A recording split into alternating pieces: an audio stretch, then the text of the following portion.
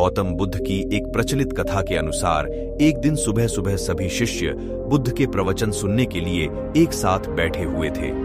कुछ देर बाद बुद्ध अपने साथ एक रस्सी लेकर आए।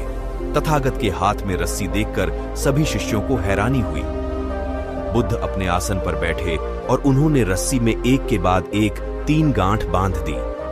इसके बाद उन्होंने शिष्यों से पूछा कि क्या ये वही रस्सी है जो गांठ बांधने से पहले थी। इस प्रश्न के जवाब में एक शिष्य ने कहा कि तथागत, इसका उत्तर थोड़ा मुश्किल है। यह हमारे देखने के तरीके पर निर्भर करता है। एक तरह से तो रस्सी वही है, इसमें कोई बदलाव नहीं है। एक अन्य शिष्य ने कहा कि अब इसमें 3 गांठें लगी हुई हैं जो कि पहले रस्सी में नहीं थीं। इसे बदला हुआ भी कह सकते हैं।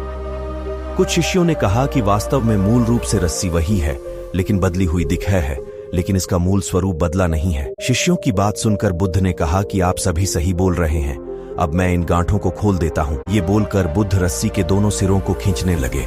बुद्ध ने पूछा कि क्या इस प्रकार रस्सी की गांठें खुल जाएंगी। सभी शिष्यों ने कहा कि नहीं, ऐसा करने से तो गांठें और ज्यादा कस जाएंगी, इन्हें खोलना और मुश्किल हो जाएगा।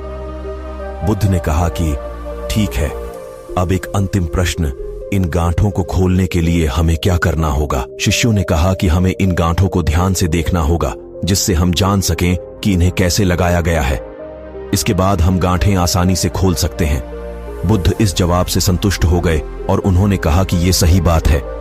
हम परेशानियों में फंसे रहते हैं और बिना कारण जाने ही उनका हल खोजने लगते हैं, जबकि हमें पहले समस्याओं के मूल को समझना चाहिए। जब समस्याओं की वजह समझ आ जाएगी तो उन्हें सुलझाना बहुत ही आसान हो सकता है।